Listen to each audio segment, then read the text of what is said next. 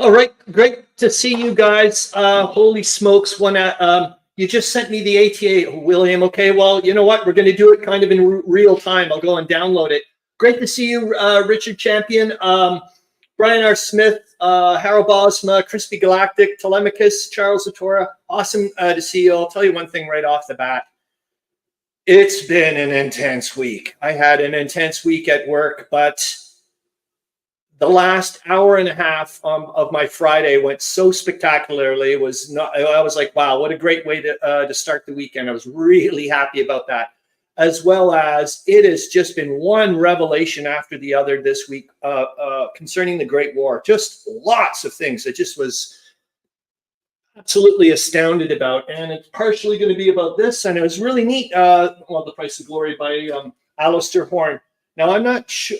I'm just going to say this, Crispy Galactic. If the France Columbine book there that you're reading, if it's anything like this, I can see that you must be having a hard time putting it down.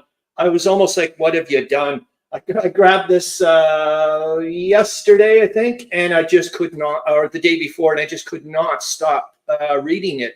And all I wanted to do was just take a look at the fall of Fort Vaux, and it just reads like a novel. It is so good. So if you've got that book or you've read it, it's like, wow, what a dandy. So I certainly want to talk about it.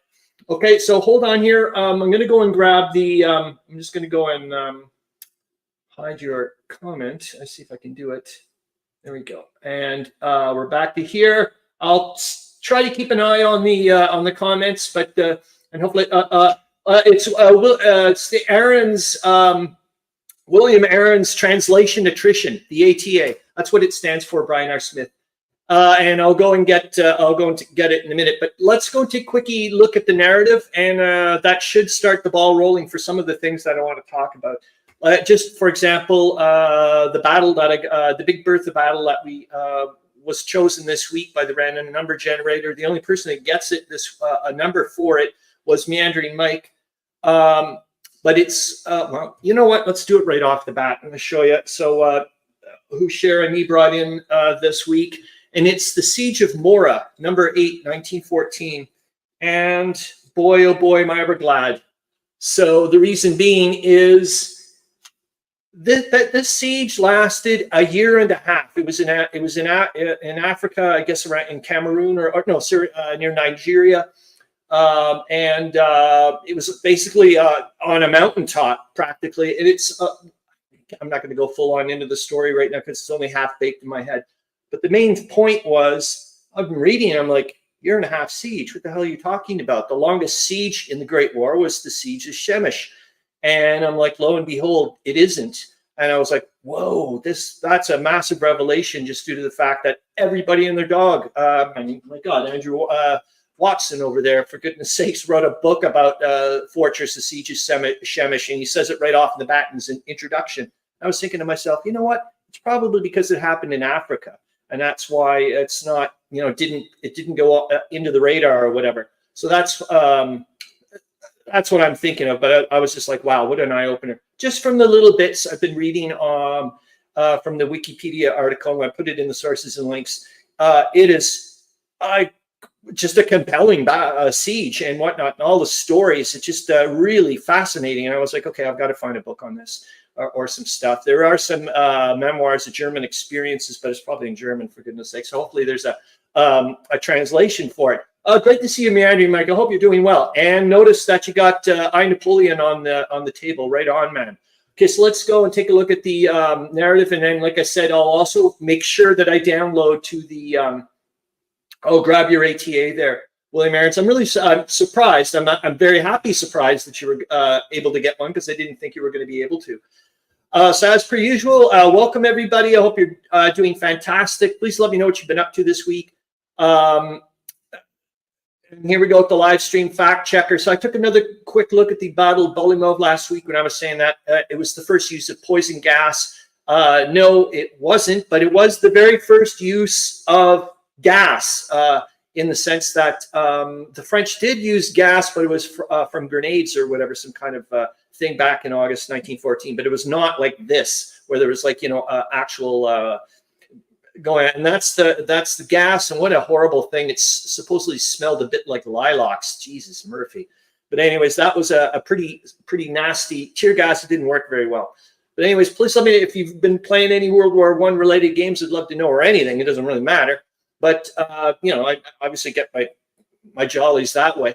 And I noticed, I don't know if I mentioned it last week, Charles Atora, but my God, that map for Schutztruppe just looks wicked. So here's my little engagement question of the week for you guys. I just wanted, I'm going to pop these questions in the description when I pop in for saying that, hey, there's a live stream coming up. So you guys can go and take a look ahead and maybe think about it. But if submarines never existed, what do you think this, how do you think this would have affected the war? That's it. I'm just letting you go with it. So we've already done, like I said, Meandering Mike, I don't know if you were around at the time, but you got a point this week for the siege of Mora. And like we were saying last week was the Battle of Bolimov. And there we go for the points. And I added the point for Meandering Mike for this week because of number 8, the siege of Mora. And there's the ATA, the William Arends translation attrition, and did not again do a pinup gallon guy of the week. Came close. Also, I could say that. And because hopefully things will work properly this week, we may be able to go off to Suez. But I'm just telling you right now, there are 4 trillion things I want to talk to you about this week. So if you see this in the narrative and go, hey, Chris, can you put priority over something like that? I would really like you to do that. Here we go with some of the things I'd like to talk about this week. Belgian neutrality. It was an eye-opener and a half. And I was looking at this book there. I think I've mentioned it before, that Longman book, companion for the Great War. And I was like, what about the Belgian thing? It was like, just all I got to say.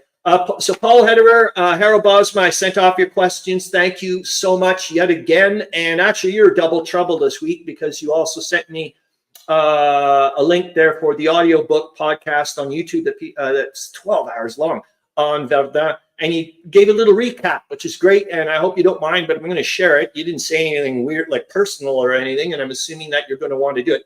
Meandering Mike is more a mountain range in northern Cameroon. Thank you so much. Because I'll say this as well. Great to see you, Corvinus Wargaming. And we'll be talking about Oppenheim, I hope, a bit there. Baron Max von Oppenheim, I hope, later on. Because that was an eye-opener and a half yet again this week. Yeah, I'm glad. Thank you for mentioning it's in Cameroon.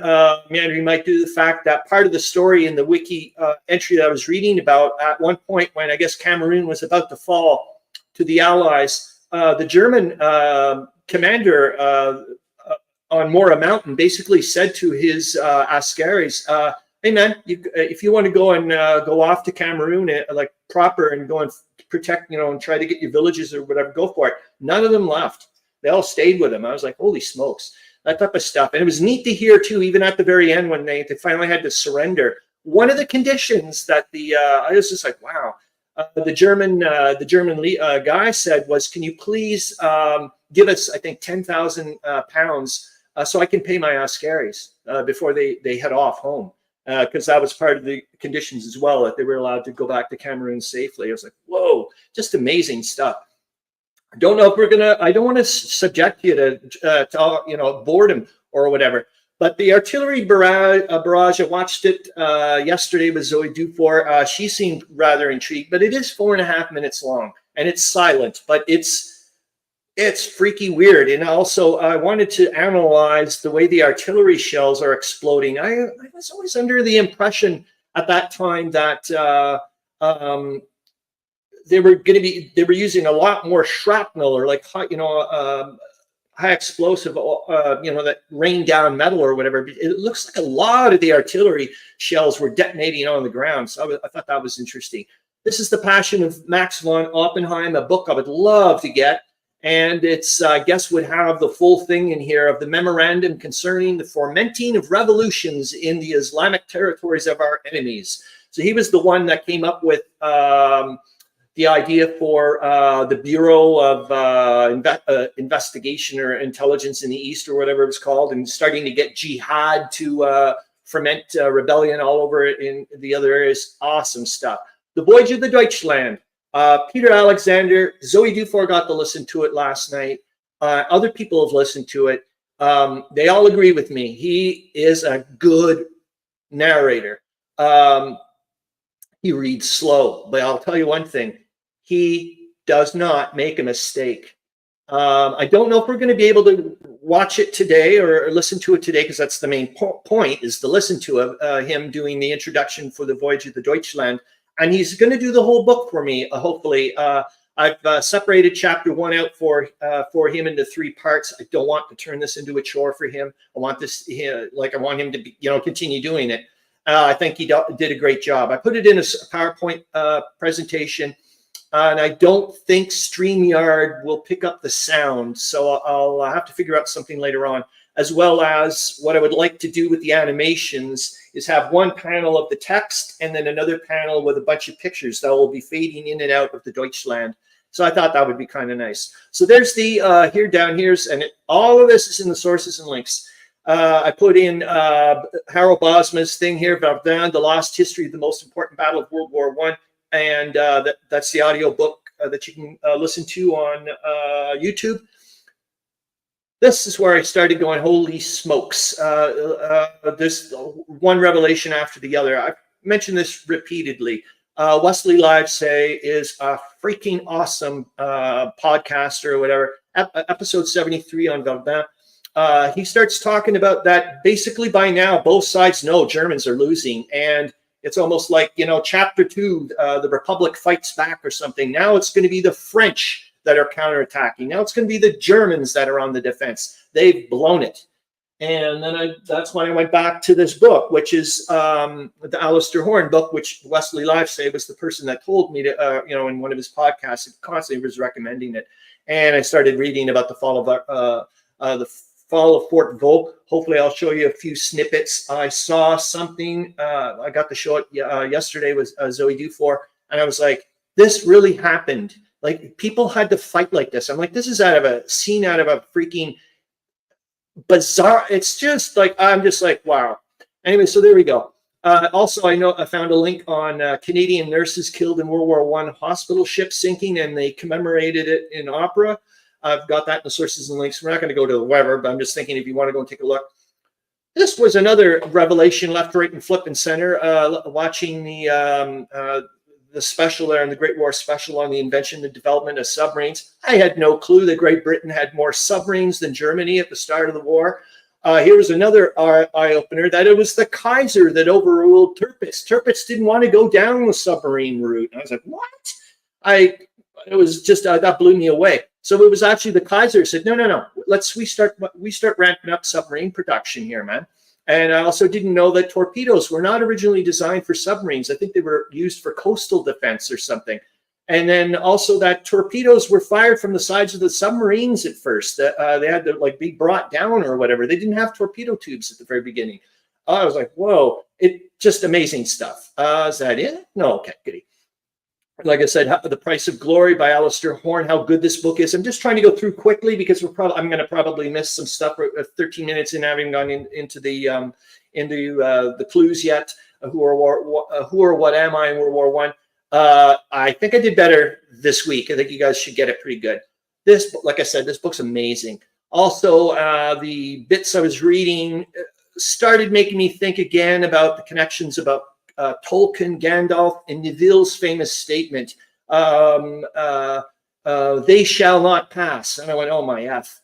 Remember, Tolkien was massively shaped by his experiences in the Great War. I mean, he put supposedly part of Mordor as like a reflection of what he saw, the devastation and whatnot. And I was like, And then also with a lot of the bits in here in The Price of Glory of the book, talking about a lot of the motifs of monsters and then I went, wait a minute, Balrog and all that. I don't know. I was like, I just was like, this is it was just a fascinating. I was like, okay. Also, the tranchée, the bayonet. It was an interesting little thing to find out about. You guys probably know more about it. Anyways, I guess 3rd Company, I don't know what regiment, doesn't matter really. They were found buried in their trench line with just their bayonets sticking out by other French troops. And they went, oh my God. So there was this big story about, obviously, they stayed to the last man and they never left their trenches, just like Neville wanted, and so on and so forth. But they think in truth, what actually happened was the Germans came about, saw all the dead French that they had killed, and buried them, and in lieu of having crosses, just stuck the bayonets that way, kind of thing. But it was interesting. Also, yet again, like I said about Revelations and finding out about different things, is how, well, I think we've talked about this before, about how close Germany came to taking Verdun, and what that probably could have meant. Probably, you know, that may have probably ended or taken, I don't know, like, I mean, they would have been so close to Paris by then, it's not funny. And French were in deep, deep trouble. I mean, that's why we're going to get to your comments there, Harold Bosma, about your take on the audiobook, where you were saying that it was basically the French that, you know, spurred on the Somme. It was like, yeah, even though the Somme, as we were mentioning before, has been in the works for months and months and months. Haig didn't want to start that battle off until mid-August. And, you know, even the president, even Poincaré later on gets into it and was like, for what, you got to do something here, man. We're not going to have anything left. And that's why they, you know, they sent it off. But it was like, oh, so close. And then you got the Brusilov offensive, of course, it just takes a little bit too many reinforcements away from the Western Front and just could have been almost pierced. You know, it's so amazing to think how close they came. And that the Crown Prince was no dummy. It's yet again all these things about people, you know, where I'm getting my information from. And it's like, don't keep taking things at point just that way. This was another eye opener and a half, because for years now, well, years, it's been 2 years, I've only been into it, but you get the idea. That Conrad von Hotzendorf was a better general and strategist than Falkenhayn. That's all right. I was okay with that, but that he was no dummy either. I was like, interesting. It's just like, yet again, I got to go and find out more stuff. Scans from the book. I want to go and show a few of the excerpts and read them out to you. One specifically when they're fighting in the underground corridors of Fort Vaux. It's just like, it's just mind-boggling. So there we go. And I'm just going to yes again about very quickly about the Weltkrieg, and then I'm going to go off to the clues and whatnot. Now download your ATA, William Arends, and we'll see what we can do here. Is that where am I going to? Is that I was thinking last night when I was poking around with my game, is, you know what? And it's also connected with that guy who put a question out on Consim Forum a few weeks ago about, you know, if I played the Grand Campaign or whatever, do all these working parts, do they actually work, or is it all in silos? The reality is, if you don't even need the Grand Campaign, just go and grab a few linked scenarios and do a duration campaign, and you will invariably have to start. You're going to start seeing the parallels of, as far as I'm concerned, of resource constraints, and trying to, like, where are you going to put, where do you, what eggs and what baskets, and so on and so forth. So there we go. I'm going to stop the screen. We're going to go off to Who or What Am I in World War I. And like I said, I'll try to download the whatevers, and I'll try to stay on course with all this stuff. There's so much material. It's ridiculous. Oh yeah, let's go to the banner. So here you are for your very first clue. I celebrated my birthday this week. So I'm going to, it's Who Am I? And there you go. So off you go. Anybody that's new is basically, remember, you just guess out and I'll give you a point. So there you go. Your very first clue is I celebrated my birthday this week. All right. And what do I really want to get into first? You know what? Let's get through a few things. I'm going to pop up the Belgian neutrality right off the bat, and it should not screw up the Tolemykus says submarines. You're going to get a point, and I would say very smart, due to the fact that submarines are being mentioned every 5 seconds. So you went that way, but you are incorrect. It was so funny this morning when I found out that for sure that the siege of Mora lasted way longer than the siege of Przemyśl. I'm just such a little whatever. I was thinking in my head, I went, oh, sorry, Mr. Watson, you are incorrect. I was like, you're such a tit. Anyways, here we go. I'm going to present the screen. And away we go. So here's the part of the so this is from that book book here. Hold on, I want to make sure that I'm going down to the very last clues, and I'll put in a new clue. And I can't say that properly, but I'm sure Harold Bosma can. The Kaiser sent me a telegram to say Als gut zum Geburtstag, which is basically happy birthday. So there you can see the guarantee of Belgian neutrality back in 1939. And this old and ambiguous scrap of paper led directly to Britain's involvement in the war. By violating Belgian neutrality in 1914, Germany lost the moral high ground in the eyes of neutral opinion in the United States and elsewhere, and made it easier for Britain and France to claim that they were fighting a just war. And here's the eye-opener. I want, what? Like, talk about a bit of hypocrisy. I'm going to read all this. It's just this little bit at the back here, at the bottom. I'm trying to box in the little areas that I find interesting.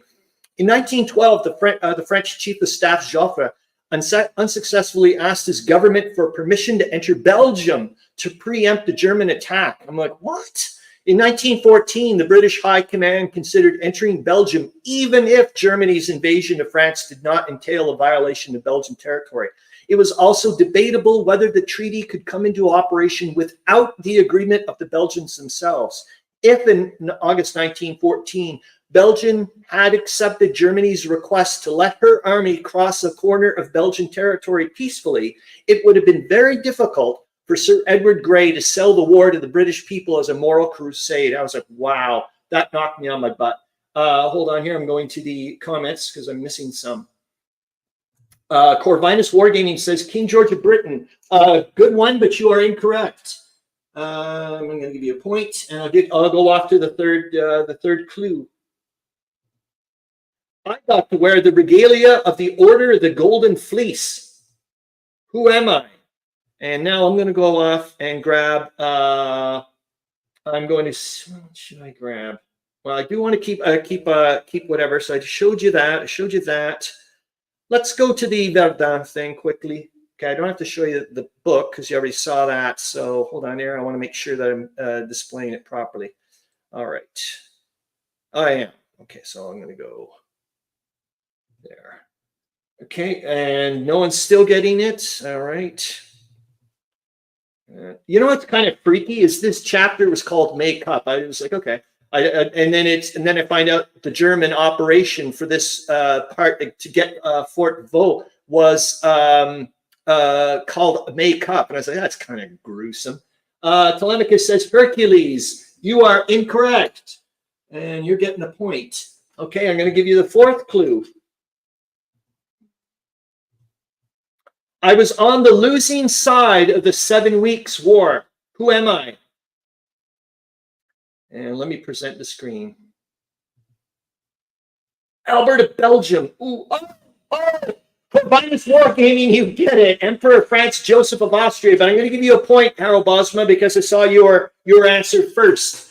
You are correct, sir. Hold on here. I'm going to just do a little whatever. Well done. Hold on here. And Harold Bosma gets another point. Excellent job. And I'll show you the other, I'll show you the second last clue. Someone tried to assassinate me back in 1853. And then my last clue was an assassin did succeed, however, in killing my nephew and his wife, which sparked the Great War. Awesome. And, excuse me, Order of the Golden Fleece did it for you, eh? I wasn't sure. I was like, is anybody going to know what that is? I certainly didn't. It looked cool. I think actually I'm going to show you the picture that I have of him with the Order of the Golden Fleece. It's an old black and white one, but it's nice to see him like not like that, practically on his deathbed picture you always see of him. It's like, geez, birds jumping on. Okay, so you guys can see I'm going to get rid of me. So you can see him a little bit bigger. I'll try, and there's the regalia of the Order of the Golden Fleece and the crown jewels of something or other. I don't know what. Oh, I missed it. My stream is 4 minutes behind, man. And I'm like, oh my God, that sucks. That you probably would have got it then. most of all of the Habsburg emperors were members of that order, I think. Cool. I don't know very much, but what did I say I wanted to go to? Now we'll go off to the Verdun stuff. Yeah, let's do that. And then we're going to go to your stuff, Harold Bosman, because it all connects in with the Verdun. That makes sense. We'll take a look at your takes on it. And I was like, ding, ding, ding. And it was just exactly what I've been hearing from lectures and whatnot. So I was like, right on. Here we go. Yeah, it's been a week and a half of just learning things, man. I was like, holy Moses, impressive stuff. Here, I can put me sideways, I guess. Oh, great to see you, Mini Warman. I hope you're doing great, man. And I hope your painting challenge is going well. So here's the makeup. I wanted you guys to see this. It just, and like I said, this is when I was yet again starting to get into this idea of, well, we're going to say, I don't know if I have it on the second picture or the second scan, was when it starts getting into the motifs of, like the Minotaur and this insatiable need to consume people. And that, like that.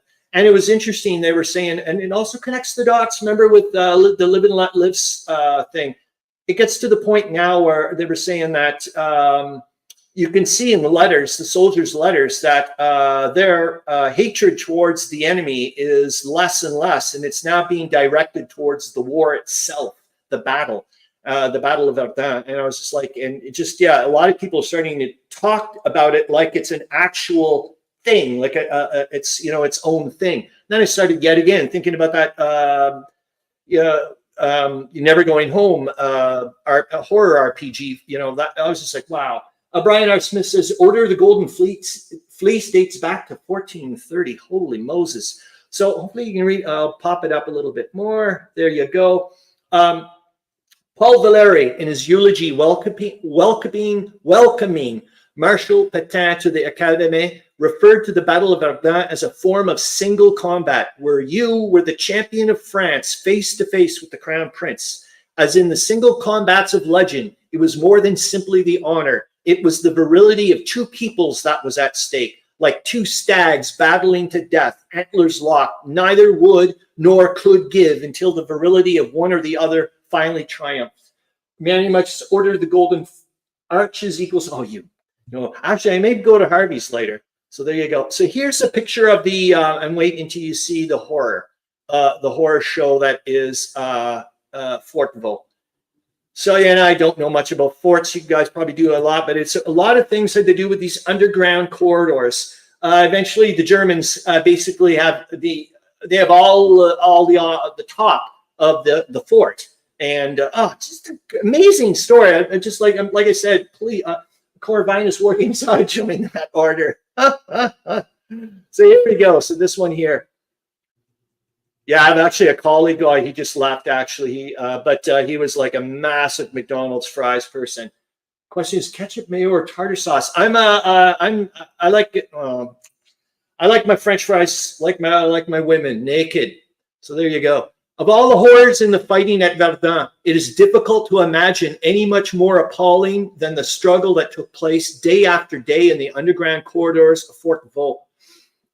Here the battle went on in pitch darkness, relieved only by the flash of exploding grenades, in a shaft for the most part no more than 3 feet wide and 5 feet high, in which no grown man could stand upright. Machine gun bullets ricocheting from wall to wall inflicted terrible wounds as terrible as any dum-dum. And in the confined space, the concussion of the grenades was almost unendurable. Repeatedly, men of both sides felt themselves asphyxiating in the air polluted by TNT fumes and cement dust stirred up by the explosions. Added to it was the ever worsening stink of the dead, rapidly decomposing in the June heat, for whom there was no means of burial inside the fort. What in the world, man? That's just insane. Yeah, that's just insane. Let's go to see if I can grab Harold Bosma's thing. Yep. And it's actually, I've got it as part of a, excellent. I just have to do this. Hold on here. Just going to share the screen, go to there, boink, and you guys can see it. Excellent. So this is Harold Bosma talking about the audio book that's in the sources and links there that you guys can watch free on YouTube or listen to, sorry, free on YouTube. Some takeaways. French communicated a lot of misinformation on how good they were fending off the Germans. Apparently so good that even historians took these as truthful sources. Defensive-oriented French commanders were replaced by offensive-oriented commanders. Absolutely. Right from the get-go, too, man. It's amazing the way they were that way with trying to, what do they call it? The élan or whatever to get it there. I'll let you guys continue on with your French fries stuff. It was far from, so you know what I mean? I'll focus on this. It was far from German disaster, French great victory, as the French made everyone to believe. 750 front coverage by a French army, 100 kilometers by the UK-Belgian armies. The Somme happened because Joffre wanted UK to get more involved. He proposed coordinated attack by French and English troops at the Somme to distract German troops from Verdun, which failed. French had no mortars, heavy artillery at all, only the superb 75mm gun, but the barrels could not be raised high enough. Thank you, Harold Bosma, man. That was like, yeah, awesome stuff. Like I said, we'll go and see if I can snag, I wonder if that would work. How about this, guys? You guys watch the silent film of the artillery barrage while I go and grab William Arends' ATA from the thing. How's that sound? Okay, so hold on here. I gotta pop this down. And yeah, you guys can watch it. Like I said, I'll try to do or whatever. The nice thing is I'm not going to get copyright infringement for this. It's freaking awesome. So I think I can just go present, and then I bring a video file up. Hold on here. And it's in number 86. Will it not let me do it? I thought it would let me do it. Maybe I won't be able to. Or did I? Wait a minute. Maybe I put it in as a YouTube link, which would be great. Hold on here. Sorry about this. Might as well have just. Oh, Lord have mercy. Let's see. Where would I have put it, though? Maybe in. I don't think I would have. Oh, there it is. Nope. Is this it? Nope. That's not it. Damn it. Oh, well, maybe we're going to have to figure out another. I'll just leave it for now until I do something else. Yeah, because otherwise I'm going to get too sidetracked, and that's not good for anybody. So I'm going to grab William Arends' ATA. And that's going to be, you want to talk fresh out of the oven, jeepers jumping.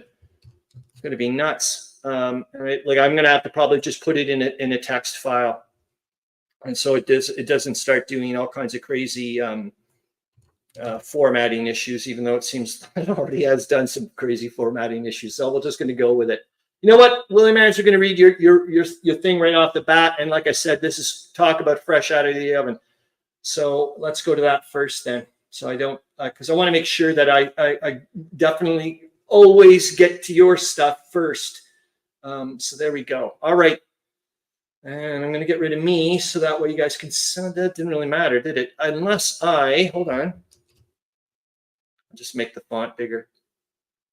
Maybe that'll help. There, you guys can see that better, and I can put me a little bit. All right. How's that? See if I can make it, oh, good. How's that, guys? I think that's not too bad. Translator's note.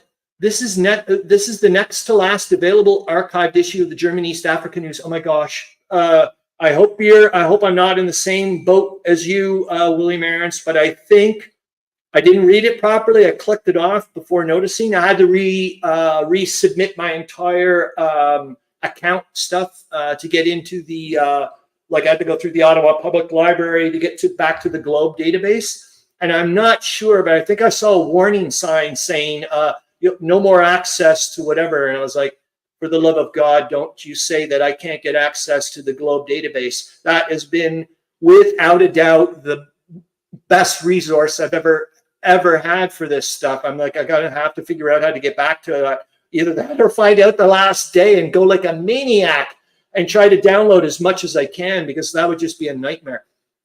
Anyways, most of the issue consists of reports from the fronts far away from the colony that have already been covered in your war summaries. What I have translated here are local notices from the back page of the paper that show both the normal course of events and the changing environment of the colony caused by the war. Thank you again, William Arends. I have so much, just so happy that you were able to get news about Africa. 15th of August, 1916. On the 21st of July, a hero found to his death in our colony. My dear, dear man, my children's loyal father, the district administrator for the Kaiser, Dr. Ernst Stier. Lenny Stier near Botiker. I don't understand that, but I don't that's it. Tasmananga Iringa district, the 30th of July, 1916. For Kaiser and Reich, our comrades died in uniform. The private first class of the company, Arthur Wagner, and the militiaman Landsturm Rudolf Seitz. We will forever honor their memories. For the unit, Oroka, Colonel of the Reserve, losses of personnel. From the Imperial State Court of the District of Dar es Salaam, the official records of Matt Jebson, the trustee of the lost and absent personnel for their estates of the deceased reports. Sergeant Philip Lau. Those missing in action, Sergeant Steppart, Sergeant Nagel, Master Sergeant Bastian, Sergeant of the Reserve Renner, Master Sergeant Bogle, Assistant Sergeant Major the medics Bose. Those reported as being prisoners of war, Artilleryman Folletti, Sergeant A. Kruger, Sergeant Dykman, Sergeant Tobe, Artilleryman Sailor. It is requested that all those who have any financial or other types of claims against those listed above contact this office by the 15th of September, 1916. Such claims made up until the same day will be published by me in legal documentation. Dar es Salaam. Wow, and that's, as we know, it's right there, been getting shelled left, right, and center. The Commercial Bank of East Africa. Now that we are no longer able to maintain our normal business functions, we inform our clients of the following. Oh God, I hope we get to talk about the banking too. We are no longer taking on new accounts. Checks made from accounts in good standing can be cashed until the end of August. I didn't even know they had checks back then. The payout will be done through the transfer of funds at the German East African Bank in Dar es Salaam. We declare that we are prepared to provide those checking accounts in good standing with a 3.5% interest rate annually until the end of the war, as long as the account holders continue to make regular applications. All of our clients that deposit in guilders will receive a 3.5% interest rate annually until the end of the war, as long as the bank is not in foreclosure. We must also declare that any withdrawal of fund must be done through the financial offices of the German East African Bank in Dar es Salaam. We can no longer give out direct withdrawals to accounts. Any complaints about this may possibly be addressed at the end of the war.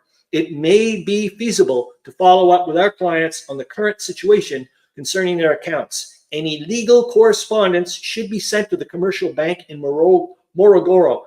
Thank you, William Arends. I'm going to stop it here and don't say for now. I'm glad you brought up the banking thing because I would have forgot about it. So what other book was I reading? Was it that book? I'm not sure. I think it was still the Alistair Horn book this morning. And they were saying by June 21st, American bankers and businessmen clued in that odds are the Central Powers were not going to win the war. I was like, that early? And then I went, wait a flipping minute. We've been seeing the past few weeks in the headlines, lots of loans going to France and Great Britain. And I went, holy shoot. I'm not sure if they're, directly connected, but I'm always been of the opinion you don't go to war with against somebody who owes you money. How the hell are you supposed to get your money back? So I was just like, maybe that's when they went, okay, you know what? We're probably going to go down that road, or at least stay neutral, but we're not going to be giving money to Germany or whatever. We're going to, we're going to bet on the winner. That's basically what I think what they did. I was like, wow, that was pretty neat. Is this one? Yep. I want to show you this one. So remember, I was also mentioning that when Douglas Haig took over from John French back in the fall of 1915, that he was really into trench raiding, like monstrously. And I just picked up his dispatches a little while ago. And this is page 2. Okay, page 2 of his dispatches. You guys can almost see that. Hold on, I'll get bigger there. And I was like, you got to be like, it's, and the way he writes, I'm like, he seems like it's right there. You know what I mean? Like he's got intimate knowledge of doing trench raids. It says one form of minor activity deserves special attention, namely the raids or cutting out parties, which are made at least twice or 3 times a week against the enemy's line. They consist of a brief attack with some special object on a section of the opposing trenches, usually carried out at night by a small body of men. The character of these operations, the preparation of a road through our own and the enemy's wire, the crossing of the open ground unseen, the penetration of the enemy's trenches, the hand-to-hand fighting in the darkness, and the uncertainty as to the strength of the opposing force, gives peculiar scope to the gallantry, dash, and quickness of decision of the troops engaged, and much skill and daring are frequently displayed in these operations. The initiative in these minor operations was taken and on the whole has been held by us, but the Germans have recently attempted some bold and well-conceived raids against our lines, many of which have been driven back, although some have succeeded in penetrating, as has been reported by me from time to time. I was just like, page 2, the guy is already into talking about trench raids like there's no tomorrow. Unflippin' believable. Okay, let me go to the narrative so I can make sure to see what things would have been neat to talk about or whatever. So like I said, Paul Heder is going to be on his way. It's going to be neat. Of course, it's going to be neat. All right, let's see here. I'm doing not too bad. Yeah, it's because I babbled on about, I went through the narrative and was able to just say whatever. Okay, good. What else can we do? Let's go to the week that was. Makes sense to me. I'm going to get rid of this. Even though we got another 20 minutes, but it just seems like I got so much to talk about. I almost feel like I'm spinning my wheels or something here, but we'll see what happens. All right, let's go to here. So the week that was for, you guys can, yeah, it's not too bad. August 8th, for August 18th to the 24th, 1916. August 18th, hold on, I got to get rid of something you can't see. British advance from Pozières to the Somme and gain grounds towards Ginchy and Guillemont. French gain part of Maurepas and extend their gains southeast. Violent German counterattacks north of Maurepas, beaten back by the French. Oh yeah, another thing we'll hopefully go and take a look at. I went and stole some maps from the Great War, just very quickly, but I'll try to figure out a way, like I said, of maybe I'm now cluing into making my own layouts in SteamYard. I just got to do it. Just don't have enough time. French take the whole of Fleury and make progress at Thiaumont. And that's fascinating because, like I said, I think I said Fleury. I think it was, it changed hands something like 14 times or maybe even more than that. It's just nuts. Bulgarians, having advanced through eastern Macedonia, occupy several Greek forts. General Northey occupies Lupumbe, East Africa. On the 19th of August, crisis in Greece owing to the Bulgar occupation of Greek territory. The German High Seas Fleet, it should be, comes out but retires in face of British forces. However, in the battle, the HMS Nottingham and Falmouth light cruisers were torpedoed and sunk, along with 2 German submarines and possibly the battleship Westfalen as well. Heavy fighting on the Somme front where British continue to gain ground. German attacks at Fleury repulsed. On the 20th of August, great artillery activity on the Somme. British and French encounters all along the front. Serbs throw back Bulgarians in the Moglina sector. General Allied offensive in Macedonia.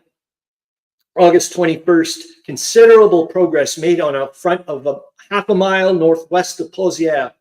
British within 1,000 yards of Thiepval. 22nd of August, 2 determined counterattacks south of Thiepval are beaten off by the British. Germans gain a footing and trenches held by French south of Estrée. Heavy aerial fighting on the Somme front. Russians gain heights south of Jablanica Pass, and they're almost in Hungary, man. Enemy gas attacks southeast of Vilna is repulsed. Italian successes in the Dolomites. Allied offensive progresses in the Moglina and Doran sectors. Russian offensive west of Lake Van.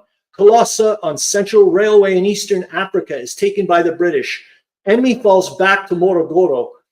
Mr. Lloyd George in the House of Commons gives survey of the military situation and announces that 35 Zeppelins have been destroyed by the Allies. 23rd of August, return of the submarine Deutschland to Germany. Oh yeah, I know. Like I said, we can try, but I don't think it's going to work. Darn it.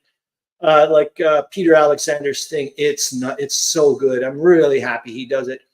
Turks defeated at Rayet along the Turco-Persian frontier with 2,300 prisoners taken. Oh yes, and on a side note, Zoe Dufour has agreed that she's going to read little bits of the book that Wardrobe Plays World War II sent to me, the Dear Mabel book. So I thought that would be nice as well. I'm going to try to rotate them. I don't want to drive you guys crazy with this stuff, but it's, so we'll figure out something. Russians retake Bitlis. Activity on the Salonika front, especially on the left bank. Good, Crispy Galactic. And I know it's nice to hear different voices as well. You know what I mean? Jeepers jumping. Fighting south of Thiep Val results in a slight British gain. Strong German attacks at Guillemont repulsed. French artillery duel on French section of the Somme front. French progress south of Fleury. Zeppelin raid on the east coast with no casualties reported. Hold on. Yeah. Exactly, Brian R. Smith. It would be wonderful. August 24th, further British advance towards Thiep Val. Hard fighting on east and northeast edge of Delville Wood with some gained ground and prisoners taken. German attacks west of Ginchy driven off. French capture whole of Maurepas and repulse violent German counterattacks south of the village. Zeppelin raid on east and southeast coast with 9 killed and 40 injured. Italian progress in the Dolomites. Mouche recaptured by Russians and 2,300 prisoners are taken on their way to Mosul. I think they meant like the Russians on their way to Mosul. HMS Duke of Albany a boarding steamship, I think. I couldn't really understand what it was saying. Torpedoed and sunk. Conference at Calais on Franco-British war finance. And is that it? It is. Okay, so I can stop the screen there and I can get rid of the week. Let's go back. We got a fair amount of time. Let's see what else I can pop here. I mean, it's weird. I could talk my ear, probably talk your ear off this week, but I almost feel like I've like, I got stuck here and whatever, but we'll see. I'm going to go and look. Yeah, I went and mentioned a lot of the stuff about the whatever. Let's see if I can find something from the links that seems rather interesting. Hold on here. So I did show that. I don't want to drive you up the tree of stuff, but is there something? No, I don't want to get into that thing, but I would like to show you the Passion of Max von Oppenheim, the book. I can pop that in the sources and links. Weird, man. I was before the show. Oh my God, we didn't even go to the Suez thing. So there we go. I was like, oh, I'm not going to be able to do anything. I feel like I'm running out of whatever. So weird. Is this here? So I think you can. I'm not sure if I can. If it's. Oh yeah, I can. I think you can get the full-on thing somewhere. So there you go. It's open edition books, and there it is. I'm going to see if I can find. Well, it says no, you can't get the EPUB, or I don't know what that. It's not available or something. Or I want to see if I can get the full book, and then go from there and start reading up on this guy's memorandum. I think it would be really neat to see. That Max von Oppenheim book is open access. Oh, thank you for letting us know, Corvinus Wargaming. Wicked. Yeah, let's go off to the BGG thing quickly. Oh yeah, I also forgot to mention that Paul Hederer. Let's do that quickly then. We'll go to that. Paul Hederer just posted this week. Here, I'm going to get rid of me so that way it'll be bigger. Jason Henke says, have you tried Project Gutenberg? Yes, I think I have a few times. I know that Corvinus Wargaming has mentioned it, but thank you for reminding us. Corvinus Wargaming says you were able to get the whole book at one time on the site you showed. Excellent. Thank you. Oh my gosh, that's going to be real nice. So here you guys can kind of see. I'll pop it up a little bit, but he basically just says that they've got 4 out of the 10 scenarios are more or less finished, and they've been streamlining some of the train movement and so on and so forth, and things are going well. And like I said, I'm looking forward to having him on here, and I've sent off Harold Bosma's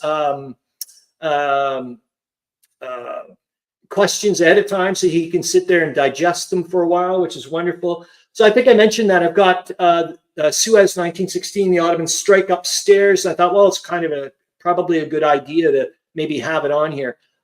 So there it is. I'm not going to go into there because I'm going to start showing the screen. But this is where I got the images for the map. I went and tried to take pictures of my own map, but it didn't work very well. So I wanted you guys to know where I got the images there. I think I popped them in the sources and links to say who it is. Well, let's just make sure that I give the person, we can right now, I'll just tell you who it is. Jeff Clay is the person that should be credited for the pictures for the maps you're about to see. And hold on here, I'm gonna pop it up. And the reason why I wanted to also look at with my Palestine book and see if there was any discrepancies or whatever. Like I said, I'm not expecting the Decision Games folio thing to be a bloody complete simulation or whatever, but I wanted to see, like, is it going to be some kind of oh, hold on, present, share the screen, like what kind of discrepancies and so on and so forth. So you can, I'll try to bump it up a little bit more. So you can see it's not a very big counter. There's not a lot of counters as well. It was neat to see, like you see, it's not very, there's Katia, Bir al-Bad over there, and there's Romani and so on and so forth, and the British trench lines. And if we're going to be able to see the dates. So yeah, the game ends on the 6th of August, which I thought was kind of odd due to the fact that when I went into, so here he says, let's read a little bit of it, was on the left here. I'll try to bump it up a bit more. But the Suez Canal was a critical strategic objective in the Great War, both for British trade as a political symbol. If the Central Powers controlled or could fire on the canal, they would interdict traffic and possibly stimulate rebellion in the Middle East against the European colonial powers. A failed Ottoman attack in 1915 caused the British to increase security, but only slow progress had been made by August 1916, when the second Ottoman attempt was made. The assault was expected, but the Ottomans nevertheless achieved surprise. This is where we start getting into a few discrepancies, I thought. Corvinus Wargaming says, oh, I'm definitely interested in this game. Cool. Well, I'll let you know what it's like. It wasn't expensive either. And remember, Decision Games have a lot of times sales on folios and so on and so forth. And it's hardly any counters, man. Like that's why I was going to play it with Rob. It's like the counter sheet's like this tiny. And a lot of them are like fire support markers and so on and so forth. Failed Ottoman attack. Oh, I already read that. The assault was expected, but the Ottomans nevertheless achieved surprise by attacking at night. The ensuing battle was a touch-and-go affair, ending with the British pushing the Turks back, though the latter were able to salvage most of their heavy guns. Now here we're going to get into what I thought was a few interesting bits. I think we're going to go to the, this is the book, but the Palestine book. And with that said, you guys, I'll pump it up a bit more. There you go. With that said, British losses were almost double that of the Ottomans, and the incident served. This is before we get to the Suez thing. I just wanted to bring this in because I found this rather interesting. Yet again, Corvinus Wargaming. Oh my God, great to see you, Clark Commander 1983. Hope you're doing well. And this was also a little bit of a shout out to you, Corvinus Wargaming, because you had mentioned before that it was nice to hear that the Turks were not as fragile as people thought they were. Like they were, they were tough. With that said, British losses were almost double that of the Ottomans, and the incident served to illustrate that the Ottoman army was a combat force that could maneuver rapidly and fight effectively using combined armed tactics. So there you go. And then here was this, remember I was saying when he was like, oh, they were caught caught, you know, because they fought at night. I thought this was interesting. Then this is the Palestine book. The British were alert and ready for the enemy attacks, and the first group's assault foundered quickly. I went, And the third bit I thought was like, gee, too bad you didn't maybe continue on, because this is, remember, the game ends on the 6th of August. But it says here, where he prepared another defensive line. As the British approached on the 9th of August, von Kress, it was like Kress von Kressman or something, like a really cool name, or von Kressenstein or something. Real cool looking dude too. Launched, well, he's over here actually, I think. Where's my Palestine book? Where are you, Palestine book? That's him, I think. I don't know if you guys can see him. What's in there? Anyways, as the British approached on the 9th of August, von Kress launched a preemptive counterattack under the tactical command of Colonel Ruffett. This surprised the British, who took some losses and then pulled back.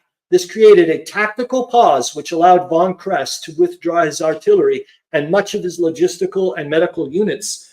I'm going to stop the screen. Anyways, yeah, I just thought it was like, maybe he could have, I don't know what the, why they didn't extend it out to the 9th of August. Maybe he would have had to have more counters or something. I'm unsure. We've got 4 minutes. Let's just do a quickie. I'm going to look at my narrative again because I think that's the way to go, because I don't want to start getting into too much stuff. Like I said, next week I'll try to make sure that there's some way of me doing Peter Alexander reading out The Voyage of the Deutschland, which is a really, really interesting read. And it's going to be wonderful to have him chat about it. I'm just looking very quickly. No, I think the main thing for me was, I'm just going to say yet again, okay, yeah, that's a good way to end it, I think, for it, is that finding out that now Verdun has shifted. It's now in the Allies' favor. And how close so many times the Germans came to taking Verdun, and other missed opportunities they've had. And yet again, before, I've always been under the conclusion that it was the naval blockade that effectively won the war for the Allies. And I'm like, you sons, I'm just saying, I'm not picking sides here. I'm just saying, you sons of bitches, if you were like a Central Powers fan, they had the chances and they blew it. And that's it. You blew it. You know what I mean? And by then it's like, it's too late. Well, I mean, now we're going to get into the turnip winter of 1917. I do believe is 1916, 17. Is this the one? I think it's where they're really going to start starving and whatnot. So I'm like, wow. I just, yet again, this war is just, it's just like a can of worms. It's just more and more to go take a look at. And yet again, it's other aspect of it before we go off to the after hours. Today, yet again, I think it was also because I've been reading the Alistair Horn book, was getting to that point where I'm looking at the Great War and all its conflict, and I'm like, this is beyond mass insanity. How in the world did we as a collective race get to that point where didn't somebody just go, this is fucking crazy, man? And we didn't. We just kept on going. I don't know how that happened. It's just spectacular, I find. I'm hoping I can do my upcoming deep dive into Juno, like you've been doing with Der Weltkrieg. Wicked. Clark Commander 1983. Yeah, I was at that point again. I'm like, you're getting that overwhelming feeling of it's just such a, but you know, and I'm like, you do what you've heard other people do before. You just got to go. You got to get with it. You know, we'll deal with it later.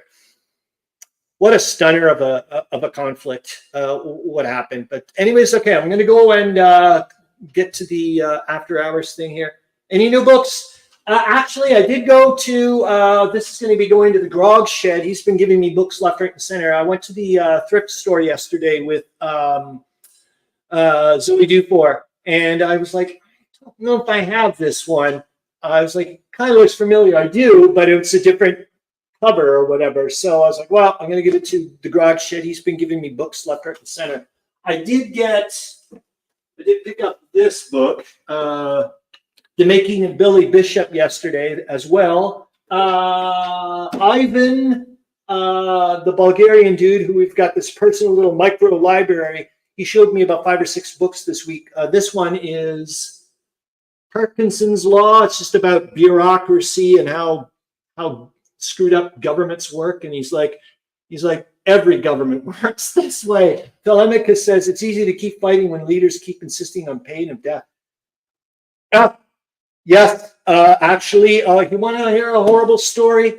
You're with Neville and whatnot there saying you're not going to give an inch. We're not going to let the bloody Germans give an inch.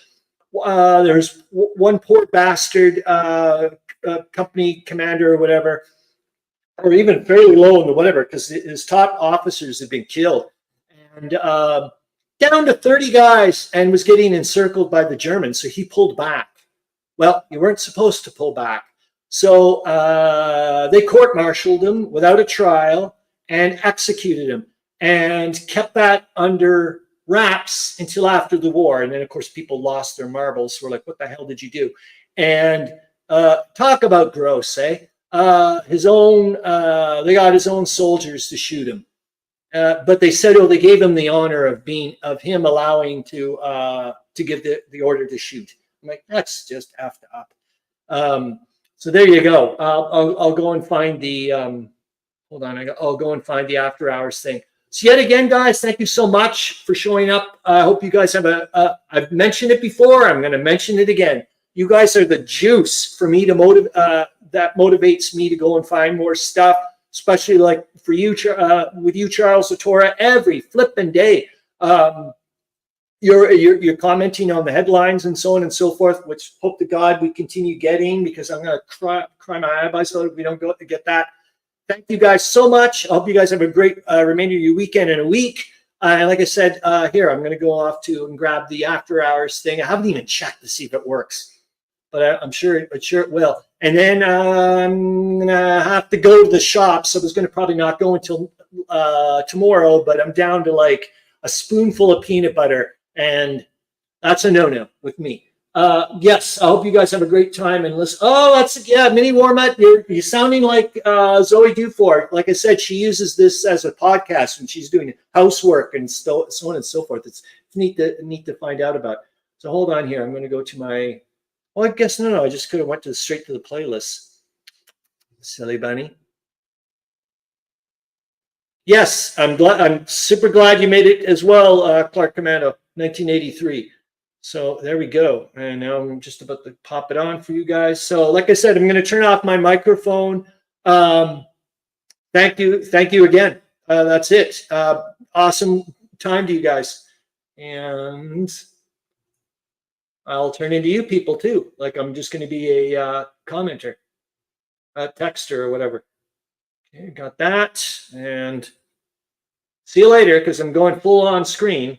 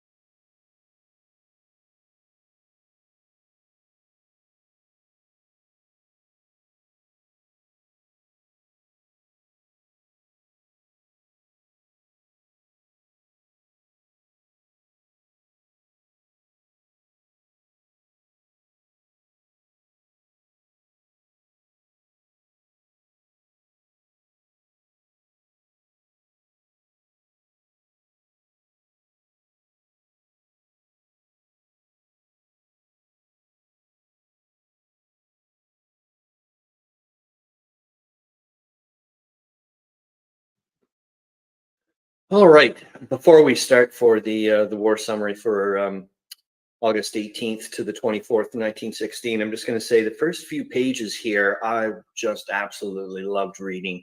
The writer, I don't think, is the same writer throughout the entire week, but the first couple of pages are just like littered with fantastic adjectives, a lot of flowery words. It was just a fun read. And secondly, I think I may pop in a few comments every once in a while because there's some really important things that popped up in here. But anyways, here we go. Let's get on trucking. The Battle of the Somme rages furiously, and I'll say as well, I'm not going to unfortunately do the person justice, but it was a really good read. Like I said, the first few pages here. The Battle of the Somme rages furiously, but the honors still remain with the Allies. On the rolling downs north of the river, where the hills and broken country afford the enemy an opportunity to resist the advance, the scientific labor expended on the German trenches is of no avail when the heavy guns challenge the ground with the Teuton. This was proved yesterday when the enemy launched a series of determined counterattacks on the British lines northwest of Pozières. The Germans attacked on a wide front and in considerable force. Wave after wave of infantry rushed from the German trenches into an inferno of fire from the British lines. 6 successive lines of German infantry attempted to cross the field of death, only to melt away before the concentrated fury of the storm of shrapnel and bullets that broke from British artillery and machine guns. No one could doubt the bravery of the foe, but the German soldier is of no longer able to break through the curtains of fire which scientific gunnery has evolved. Not a single German reached the British lines. Raked by the terrible fire, they broke and fled. These determined efforts to rob the British of the fruits of victory were made on Wednesday night and the following morning. And another counterattack from Martinpuich was repulsed by the British, who retaliated by pushing forward northwest of Bazentin and capturing 100 yards of enemy trenches on the hill overlooking Martinpuich, which commands the main road to Bapaume. Boer tactics in Africa. This one I really enjoyed reading, the next two paragraphs actually, because I was thinking about Leto Vorbeck, and I'm like, really? Smuts is the master of guerrilla warfare. Boer tactics in Africa are winning out against the ponderous methods of the Germans. The halter of steel is narrowing around the neck of Teuton military power in its last colony, German East Africa. An official report from General Smuts, who is not to be confounded with the Tobias Smuts, whose death was reported this week, states that his forces have cleared the enemy out of the hilly region and captured several important positions. His advanced position is now but 25 miles from the Central Railway. Fighting will now take place in the open country. Other columns are closing in on the enemy from various directions, and a decisive victory may soon be expected. The coast town of Bagamoyo, 36 miles north of Dar es Salaam, was occupied by a British naval force. A naval 4.7-inch gun was captured, a relic of the German millimeter, I shouldn't say that, a relic of German colonial ambitions that have sunk below the rim of the African horizon, probably 4.7 inches. General Smuts's military successes are an echo of the early Boer victories in the last South African War. Then the British had not yet learnt the value of mobility or the art of taking shelter. Every Boer soldier was a mounted infantryman, and in surprise attacks and rapid retreats, Kruger's irregular army held for a long time an advantage over the British. In a country adapted to guerrilla warfare, the Boers held out for an incredible period against the whole military strength of the British Empire. German East Africa is topographically not unlike South Africa in the shelter it affords for guerrilla troops. Smuts adopted the old Boer tactics of rapid mobility by mounting his troops. Cyril Campbell, who is with Smuts, describes how the most strongly fortified German positions that seemed impregnable were turned and rendered untenable by the use of mounted troops. Rapidity of action neutralized all the elaborate defensive preparations of the Germans as Smuts's horsemen swirled like a devouring flood around the flank and rear of the enemy's selected positions. Hurling his attacks where least expected, Smuts completely nonplussed the German strategists and proved that Germans have something to learn from traditional Boer tactics. Next to the brilliant success of his plans, Smuts has the distinction of winning these minor campaigns with an army as heterogeneous, probably as any army engaged in the European campaign. This really freaked me. I was stunned. Britisher and Dutchman, Afrikaner, Canadian and Australian, Indian and Hausa. I ended up finding out about those guys. They're a cultural group that's primarily around Western Africa. Amazing looking clothing, and oh my God, I was just amazed. Are fighting under Smuts and stamping out the last vestige of a German rule on the Dark Continent. On the Balkan front, the Allies captured the village of Dolzerzi, south of Lake Doron, and the fortified work known as the Turtle. The action in this region has been vigorously maintained for several days. Artillery bombardments of the captured positions took place, but the Bulgars made no attempt to employ infantry. German airplanes bombarded Ostrova, but without result. Bulgarian officials' reports claim that the Allied offensive was repulsed. There are rumors that Romania is paying court to Bulgaria, but as the report comes from the Bulgarian capital, the wish, no doubt, is farther to the thought. Romania has nothing to gain and much to lose by falling foul of Russia, through whose sacrifices Transylvania has been wrested from the Austrians. On the Russian front, the situation is unchanged, according to the official report.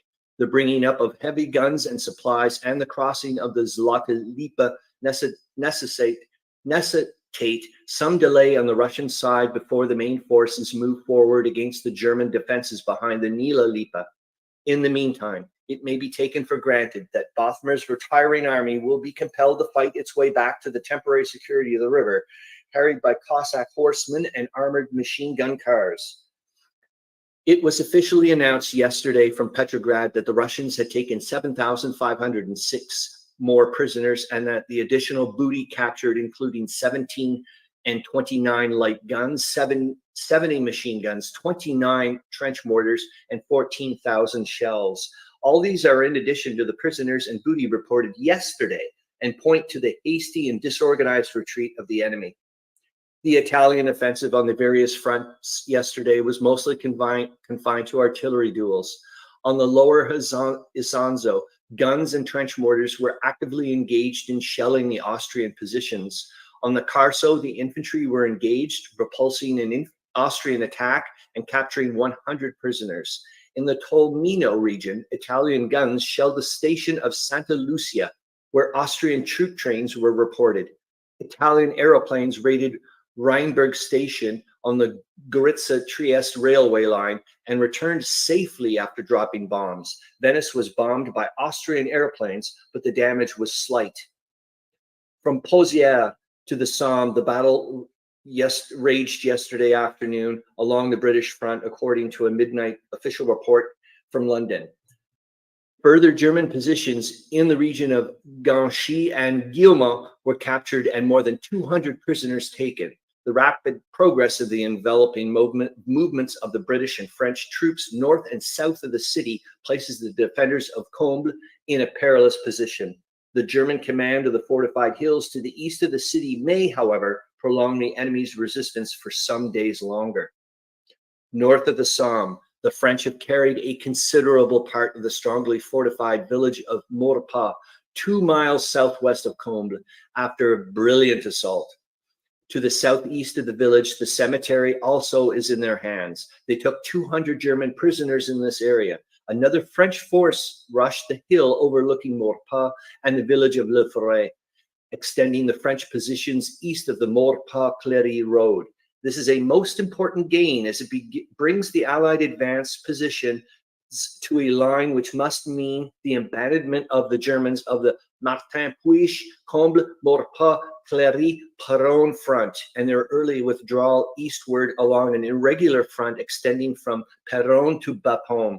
The blunt spearhead thrust has given the Allies practical possession of advanced trenches from the Albert-Beaupont road on the hill overlooking Martin-Puech, through which east of the enemy's strongly fortified positions at Guillemot, Combles, Maurepas, and Cléry. The news of the capture of these enemy positions may be looked for any day. In the Verdun region, the French attacked 2 fortified redoubts northeast of the Thiamont fieldwork and drove the enemy out. The captures included 100 unwounded German prisoners and 3 machine guns. Earlier in the day, the French drove the Germans out of Fleury after a fierce engagement. Between Thiamont and Fleury, the French advanced to the east of the Vaux Chapitre wood along the road to Fort Vaux. The French advance on Maurepas and Clery has been through most difficult country. More hilly north of the Somme than to the south, the French troops have had to fight their way across undulating territory against positions which the Germans have had time to prepare with great scientific skill. German counterattacks have invariably failed, despite the fact that captured German trenches faced the wrong way for proper defense by the Allies. The superb coordination of artillery and infantry in preponderating strength is the secret of the Allied success. With the Combles-Clery railway in their position, the Allies on the Western Front should be within gun range of Péronne. The invasion of Hungary has been brought appreciably nearer by the latest Russian successes in the Carpathians. They are now pushing their way toward the Jablonitsa Pass and are getting astride to the heights to the right of the pass. The village of Jablonitsa is already in the possession of the Russians. On the Zlata Lipa front, Bothmer counterattacked in considerable force, apparently strongly reinforced from Lemberg, but his attacks were repulsed with great loss. Among the reinforcements that were rushed to the aid of Bothmer in his retirement to the Nila Lipa defenses before Lemberg were a number of Turks, according to a Berlin official dispatch. The transference of the Turks to the Eastern Front is dictated primarily by military necessity, but the selection of these traditional foes of Russia was inspired, no doubt, by the hope that religious fanaticism would play a useful part in the stiffening of the Austro-German line against the Russian advance.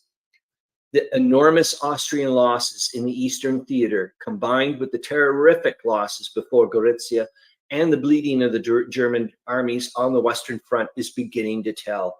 According to the military critic of the German paper Vossische Zeitung, certain German regiments came out of the Somme engagement with a total of losses hitherto unknown in the history of war.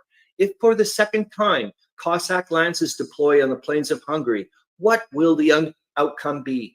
Austria-Hungary is once more at the crossroads of destiny. The Turkish losses in the recent unsuccessful advance against the Suez Canal totaled more than 9,000, according to a British official report from Egypt. The number engaged on the Turkish side was 18,000. Of these, 1,251 were killed, 4,000 wounded, and 3,920 taken prisoners, including 49 officers. In addition, there fell into British hands 500 camels, 100 horses and mules, 4 guns, 9 machine guns, 2 field hospitals, and a quantity of supplies.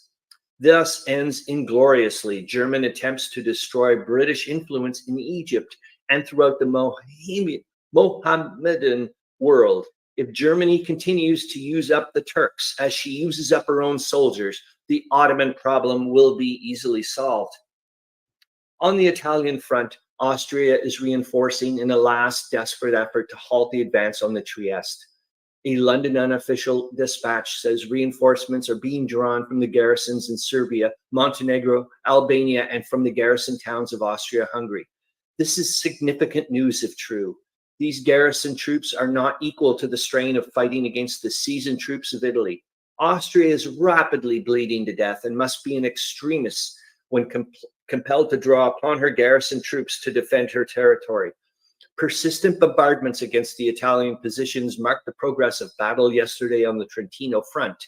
Heavy artillery duels also took place on the upper and middle Isonzo, but the day closed with the situation on all fronts practically unchanged. The task before the Italians is one that has called for great endurance and almost superhuman effort. Hilaire Belloc, who recently visited the Italian front, describes the difficulties that had to be surmounted on the Dolomites region, where the rocks rise to the precipitous height of over 8,000 feet above the surrounding valleys. Clinging to the rock like mountain goats, the Italians brought up men, guns and supplies to seemingly impossible positions by aerial cables. By this means, they made secure the whole mountain wall from the Bretna to the Isonzo and from Lake Garda to the Ortier and the Swiss frontier. With French mortars and heavy guns, they have practically blasted their way through the Austrian defenses. All right, just going to stop for a second. From Thiepval to Guillemot, a distance of 11 miles, the British pushed forward their advance lines at various points, according to the Saturday midnight official report. The operations were carried out on Friday night and were most successful. Important strategic positions occupied where the ridge to the southeast of Thiepval and the northern slopes of the hill looking down on Pozières. These advantageous positions command the Albert Bapaume road. The distance to Bapaume from the hill overlooking Thiepval is about 15 miles. Bapaume and Comble from the base of form the base of a triangle, of which Thiepval is the apex. On both sides of the Albert Bapaume road, main road, to the northeast of Pozières, the British advanced 300 yards. The enemy made a futile effort to drive out the victors by shelling their positions. The western end of a high wood and the enemy's trenches, extending for half a mile west of the wood, are held by British troops. General Haig has advanced his line halfway to Ganchy and holds the outskirts of Guillemot village, including the railway station and quarry, thus strengthening his hold on the approaches to Comble. The prisoners taken in these operations numbered 16 officers and 780 men. The French also advanced. Their successful operations took place yesterday. The Sunday midnight official report says that the north of the Somme, the French captured a strongly fortified wood between Guillemot and Maurepas and the Comble front, capturing a great amount of war material. The French guns were active along the whole of the Somme front. In the Verdun region, the enemy displayed a great activity during Saturday night. After a terrific shelling of Fleury for several hours, the Germans launched infantry attacks in an attempt to, oh my God, I forgot about this one, wrest the village from the French. All the attacks were repulsed with heavy loss. In the same zone of battle, northeast of Thielmont-Work, the French trenches were attacked, but the artillery barrage and machine guns checked the German offensive and inflicted terrible punishment on the attacking troops. The German account of the fighting on Friday gives the number of French engaged as 200,000. Berlin admits that the French again penetrated Fleury village. According to the German dispatch, hand-to-hand fighting continued until Saturday evening northeast of Pozières, at which point the British gained the slopes of the hill. There is no indication, however, of the fighting decreasing in intensity and little justification yet for the German commander's boast that his lines will hold against the Allies. In the Balkans, the main armies are in close contact. After several weeks of preliminary fighting on a minor scale, a general engagement began on Friday and is continuing with increasing intensity over a front of 150 miles, extending from Florina near Monastir to the river Struma. The official reports have reached Paris from Salonika. The combined Allied armies operating in this region are under the supreme command of General Sarai. And this is, I found this out from Indy 9L this week. This is the first time. So 5 out of the 6 Allied nations, not Japan, but all the other ones are fighting together on this front. The opening of the campaign began after the return to the front from Paris of General Cordonnier, who had conferences with officials in the French capital. Reports to Paris indicate that the enemy are trying to take the initiative out of the hands of General Sarai by taking the offensive against the Serbians at Florino, 25 miles from Monastir. Inferiority in numbers compels the enemy to offset his numerical weakness by an effort to secure some positions of strategical advantage. East of Kavala, the Greek port on the Aegean, the Bulgarians crossed the Nestos with a small force and pushed forward patrols towards Kavala.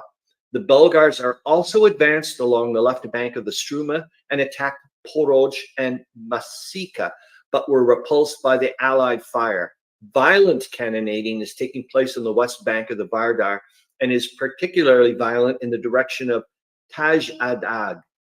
Southeast of Florina, in the Monastir region, fighting between Serb and Bulgar advanced guards is taking place near Banica. God, that must be hell because they ate each other's guts. On the Struma front, British cavalry were in touch with the enemy on Sunday.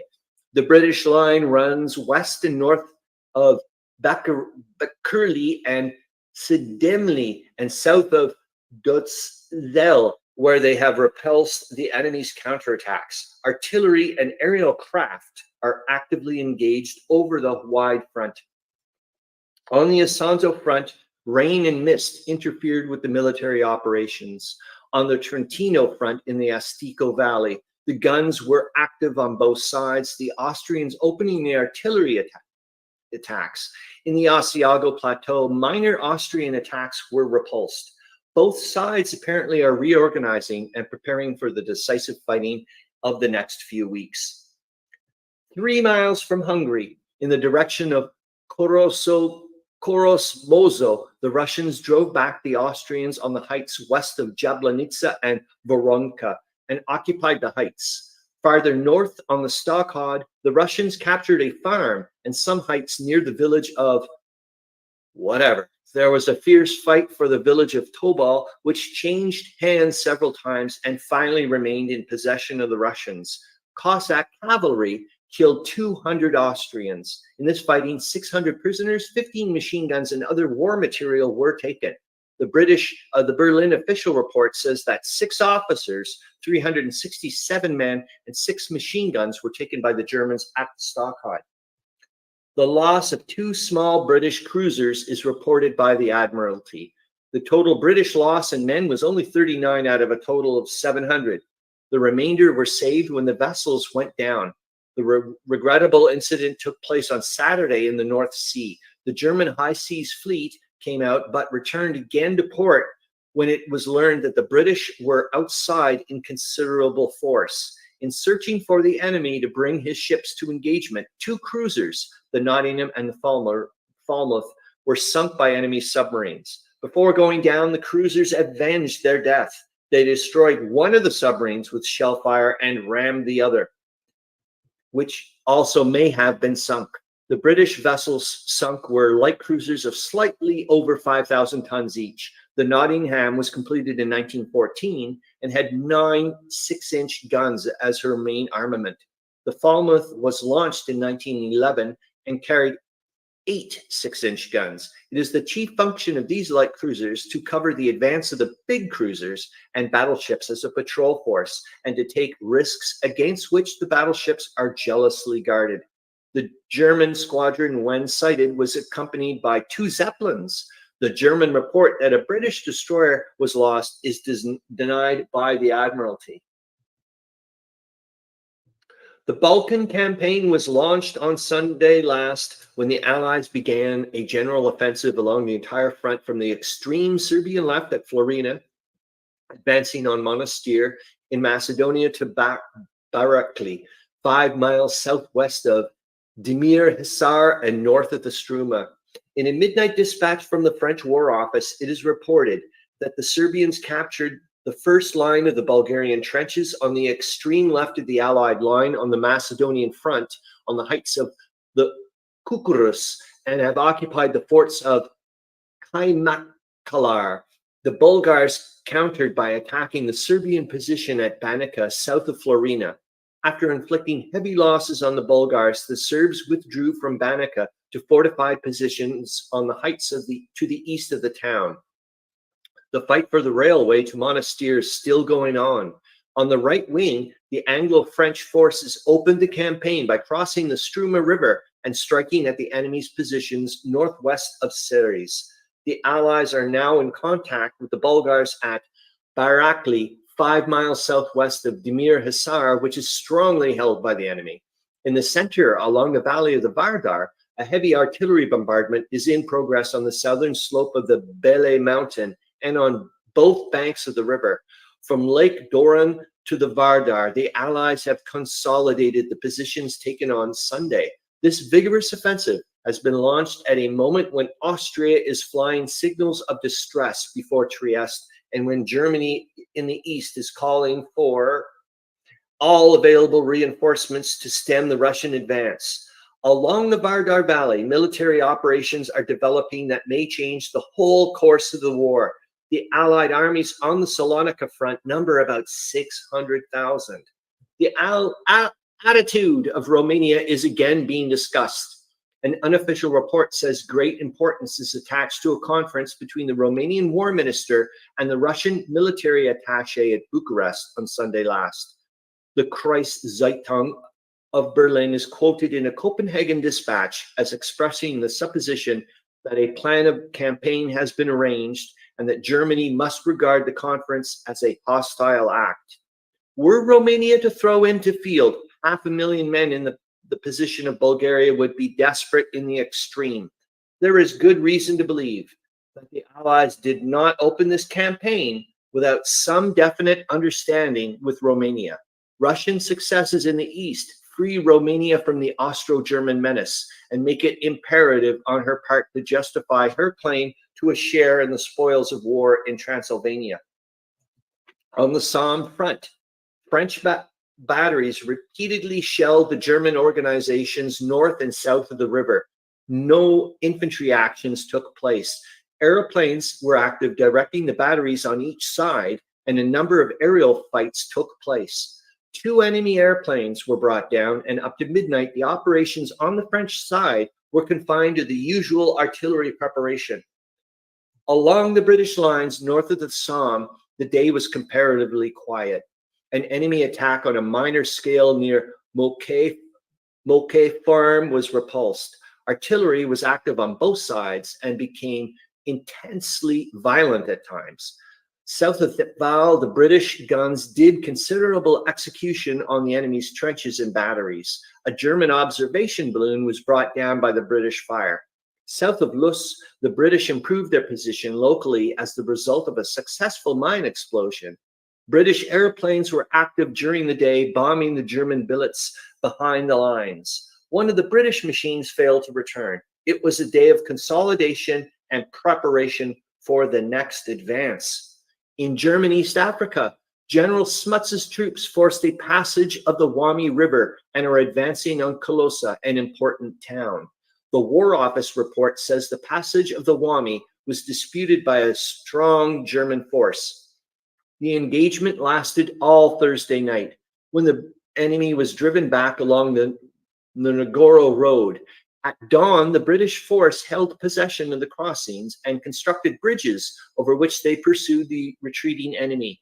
Another British force inflicted heavy losses on the enemy near Kiltidi station on the Central Railway and is now closing in on Colossa. On the eastern front line, there's little of importance to report. Fighting took place at the Stockade in the region of Rutka-Stervitsky, oh my God, where the Russians in 2 days fighting captured 16 officers and 1,350 men. Kovel and Pinsk are threatened by the Russian flanking operations in this region. In the Carpathians, both sides claim minor successes. The German class of 1919, comprising youths of 17 years of age, has been called up according to an official report from Switzerland. Germany must be hard-pressed owing to the coordinated activities of the Allies on all fronts. She may continue to bluff, but all the world knows that her resources in men and material are no longer equal to the demands which the third year of war makes upon her military strength. The transfer of Italians to the Balkan front shows that Austria-Hungary no longer figures as a serious obstacle to Italy's advance. In the Balkans, the Allies greatly exceed the combined forces of the enemy. Turn where she will, Germany faces inevitable defeat at the hands of Allied armies that are greatly superior in numbers and all the essentials of war. On January 19th, the British Undersecretary for War, Mr. Harold J. Tennant, estimated the total German losses up to that date to be 2,535,768. My God. The German losses for the 18 months of fighting would average approximately 140,876 per month. Taking this as the average of the intervening period, the total German losses to date would be about 3,521,900. This is a conservative estimate, for it must be remembered that the percentage of German casualties since the Allies began their big offensive on the eastern and western fronts greatly exceeds that of the previous 2 years. Immature youths of 17 are a poor substitute for the seasoned troops that have been killed off during the past 2 years. In the Somme region, the British official statement reports further gains between Bazentin and Martinpuich, where 100 yards of enemy trenches were captured. South of Guillemont in the Comble sector, the British made a successful raid on the enemy's lines, capturing a machine gun. The German guns were not so active yesterday along the British front. South of Thiepval, near the Moquet farm, successful British operations resulted in the capture of 164 Germans. The enemy artillery shelled the British lines farther north, opposite Aix-Noulette and south of the Ypres-Comines Canal. On the French front, the situation is unchanged. An artillery duel is in progress on both banks of the Somme and at Fleury in the Verdun region. The French made a successful surprise attack north of Maurepas and captured some prisoners. In the Vaux-Chapitre wood, an enemy attack on the French works was repulsed. On the Balkan front, the British Midnight Official Report states that their artillery checked the advanced guards of the enemy in a sector of the Struma, 35 miles northeast of Salonika, which would be in the vicinity of Ceres. In the same region, the British guns prevented the Bulgars entrenching opposite Kamarjan and Kabdarmar, and destroyed the railway bridge at Angista station. In the Doran sector, the situation is unchanged. British and French cavalry were sent forward and located the enemy on a front extending from Ceres to Sabjak, north of the Struma. West of the Vardar, on the Salonika front, the advanced detachments of both wings of the Allied center retired on the main body before the counteroffensive of the Bulgars, who lost heavily. On Monday, the battle continued along the whole front, according to the French official report. On both sides of Lake Doran, which lies between the Salonika Uskub and the Salonika Sofia railroads, Anglo-French guns shelled the Bulgarian positions, and the Allied infantry followed up the violent bombardment by establishing itself on the southern spurs of the Belis Mountains, where heavy fighting was reported yesterday. West of the Vardar, the Allied troops occupied a line of heights near Jumninka, and despite violent counterattacks by the enemy, held all their positions. The fighting on Sunday west of Ceres was between the covering detachment of one of the Allied wings and a Bulgarian force of more than 30,000 strong. The Allied force went forward to hold up the Bulgar advance in order to gain time for the main body. After inflicting heavy losses on the Bulgars, the covering detachment of the Allied wing fell back on the Struma. All the passages of the Struma are strongly held by the Allies. On the extreme left, the Serbs, after 2 days fighting to delay the advance of the Bulgar right, have retaken its principal defensive position in the vicinity of Lake Ostrovo. It was reported on the previous day that the Bulgars had driven the Serbs out of Benica on the railway which skirts Lake Ostrovo. Both sides are jockeying for positions, but it does not yet appear that the main armies have come into contact. A Berlin dispatch hints that the Allied right flank may soon be hard-pressed, but General Serret, who commands the Allies, is not unacquainted with the enveloping tactics of German drill masters. The attitude of Greece must be soon declared, as the Bulgarian offensives has brought her into direct contact with the enemy. General von Mackensen, it is reported, has been hurried from the Eastern Front to assume command in the Balkans. It was on October 6th last that Mackensen crossed the Danube. Save and Drina rivers with an army of 400,000 men and began the invasion of Serbia. On the Salonika front, the most important news of the day is the announcement of the arrival of Italian and Russian troops. The news came in a delayed dispatch, so I guess it's now then they do it, about the 5 armies, to the London Morning Post from its Athens correspondent. The censor held up the information for nearly 3 weeks. At the end of July, a 1st Brigade of Russian troops landed at Salonika, together with a 2nd contingent of Italians. The entry of Italy in this region points to a complete understanding with the Slavs regarding the future control of the Adriatic. The eastern shore of the Adriatic has long been disputed territory, but the right side of the Serbs to an outlet has no doubt been reconciled with Italian ambitions. Russian troops are now fighting side by side with Serbs and Montenegrins in what, for the Slav peoples, is a religious and racial war.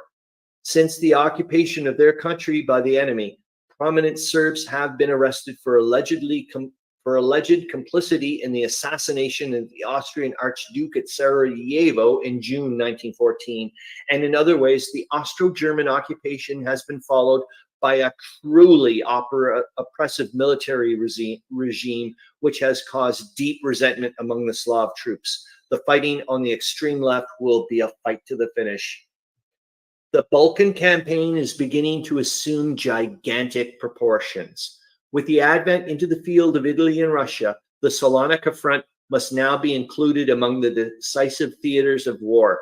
Advancing in 5 or 6 columns along a wide front, the immediate objectives are the main trunk railways linking up Turkey, Bulgaria, and the Central Empires.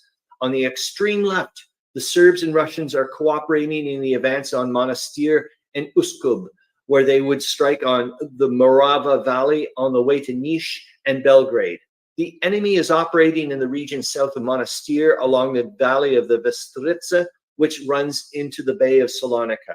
With the Anglo-French forces moving north along the banks of the Vardar in the direction of Uskub and the Serbs south of Monastir, the positions of the Bulgars on the Bistrica River may soon become perilous, particularly if the Greeks make a stand with the Allies. Hold on, I was going to move the thing about. General Saray may be relied upon to deceive the enemy as to his main objective, but it may be assumed that the combined Allied offensive is directed to one great end: the smashing of the military power of Germany's allies. Russia and Italy are fast reducing Austria-Hungary to negligible proportions, but in the Balkans, it is clearly the intention of the Allies to hasten Austria's downfall and to smash Bulgaria and Turkey beyond the hope of recovery. The fate of Constantinople is likely to be decided in this campaign. With the Grand Duke advancing from Trebizond in Asia Minor and the Allies advancing along the Salonika-Constantinople Railway, the Ottoman capital will be caught between 2 walls of steel. Before very long, the Allies should have 1 million men on this front. My God, with guns and equipment for exceeding in effectiveness those of the enemy. On the Stockade, the Russians are battering their way through the defenses of Kovel and Pinsk. The German reports admit the Russians are attacking with great violence, but claim a German victory in the fighting on Monday. Lemberg is preparing for another chance of rulers, the 3rd since the war began. The Austrians have warned the inhabitants to prepare for the fall of the city into Russian hands. It has been decided not to defend the place, but the Austrians boast that they will come back in the course of time and eject the Russians once more, a boast which must have excited the merriment of the inhabitants. Germany lost a battleship of the Nassau class, a vessel of 18,000 tons. She was torpedoed by the British submarine E-23 on Saturday morning last in the North Sea and is believed to have been sunk. The submarine damaged the battleship with the first torpedo and then fired a second, which it is believed sent the battleship to the bottom. She carried a crew of 900 men, but as German destroyers were at hand, some of these may have been saved. The British captured enemy trenches south of Thiepval yesterday, according to the midnight official report from France. Is that it? Otherwise, I just didn't do that sentence very well. The capture of 200 yards of trenches in this zone straightened out the British line and improved their position. The enemy's artillery broke out violently during the day, but the British brought their heavy guns to bear and silenced the German batteries in 3 different areas. The afternoon British report stated that the enemy in this sector gained a temporary footing in the British trenches during the night, but was ejected.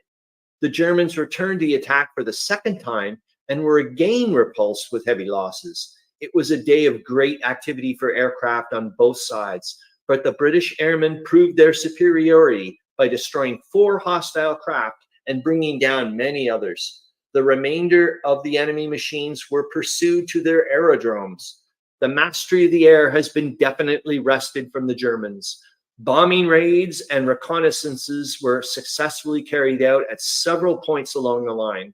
In the fighting north and south of the Somme, it has been clearly demonstrated that Germany no longer possesses reserves sufficient to obviate the necessity for the transfer of troops to threatened areas.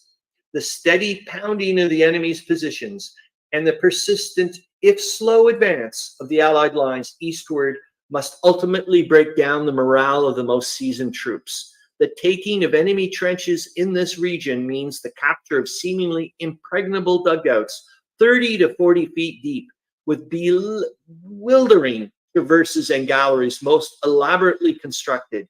2 years of systematic preparation have converted the Western German lines into a series of underground forts, but the Allied artillery makes retreat for the defenders impossible and turns their scientific defenses, that's the 3rd time we've seen that word, into traps from which there is no escape when, and I'm going to hit pause, the Allies choose to advance. One correspondent who has visited the enemy's underground world describes the dugouts as shell-proof caves, but they are no longer proof against Allied guns and infantry. In the Verdun zone, the French made an advance between Fleury and Thiaumont-Work and took 200 German prisoners. Severe fighting took place in the Belloy-Estrée sectors south of the Somme, where the French menaced Peronne. After intense artillery preparations, the Germans attacked the French positions south of Estrée, which were captured on Monday, and gained a footing at some points. Defending the road to Peronne, German guns were very active against the French positions in the Belloy sector.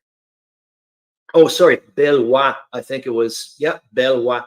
No, that was I'll forget it. I gotta stop doing that. 5 enemy aircraft were brought down during the day by French guns on the Somme front. In the Carpathians on the Hungarian frontier, the Russians seized 2 heights north and south of the Koviria mountain near the source of the river Pruth. In the Sereth region, the enemy continued the offensive south of Brody, but the attacks were everywhere repulsed. In this sector, the Russians are approaching Lemberg along the railroad from the northeast.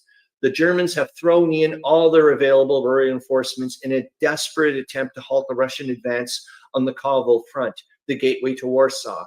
Farther north in the Vilna region, the Germans launched a gas attack, which was repelled with heavy losses to the enemy. The stiffening of the German center has slowed down the Russian advance, but the enemy has everywhere failed to make any progress in the fierce counterattacks launched. On the Balkan front, the Allies maintained their gains and checked the enemy's offensive on the Struma and in the vicinity of Lake Ostrova, according to an official dispatch. The Serbs on the left made further progress. No fighting on a ground scale has yet begun. On the valley of the Struma, northeast of Salonika, where the Anglo-French forces hold the bridges, the Bulgars have entrenched. Heavy fighting may be looked for in this region, or area, sorry. In the center, in the region of Lake Doron, 2,000 of the enemy were located in the vicinity of Dotli and were driven in by the Allies. A fight between the Bulgars and French for possession of the Komarjan bridge ended in the defeat of the enemy. The Serbs are holding on to their positions on the left at Lake Ostrovo, where they occupy important heights, from which the enemy is trying to dislodge them. Greece and Romania are, and this is it, last paragraph, Greece and Romania are still on the fence, but the opening of the campaign has stirred both countries to a high pitch of excitement. The Greek government apparently is anxious about the attitude of the Venizelists and has officially announced that the Bulgars will not enter Ceres, Kavala, or any other important Greek city. In the meantime, the Allies have closed their center against the enemy's advance, while the Serbs, stiffened by the Russian reinforcements, are making progress despite the Bulgarian pressure against this wing. An Albanian contingent has joined the Allies at Salonika. That I found surprising. Berlin professes to be more hopeful of securing the continued neutrality of Romania. Like, I just didn't even know they had any troops left, but much will depend on the opening engagements. The enemy is putting up a bold front in order to impress Romania. The heaviest fighting so far is on the left wing, where the enemy is making a determined effort to smash through the Serbo-Russian line. Berlin claims a victory on this wing, but the Allied report says that the Serbs are not only holding their own, but slowly advancing. And that's it. And I hope you enjoyed it and that went well. And I'll see you next week. I hope you have a great week. Bye.